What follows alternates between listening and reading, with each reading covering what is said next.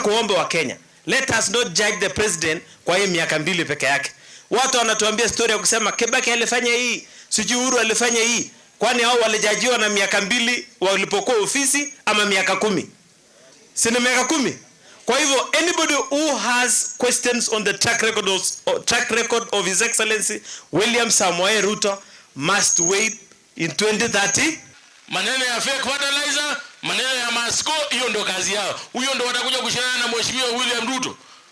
Kenya mzima soko tuko nazo. Soko 400 tunatengeneza Kenya mzima. Hata ukishikanisha marais wote 4 wale wamekuwa, hakuna mtu atafikia William Ruto ile kazi amefanya ya kutengeneza masoko. Kuna kitu moja nataka nimuonyeshe ile wa Munyoro kwamba nilisikia akisema mtu asijaribu asithubutu kuongelesha former president Uhuru Kenyatta ama kumuuliza swali.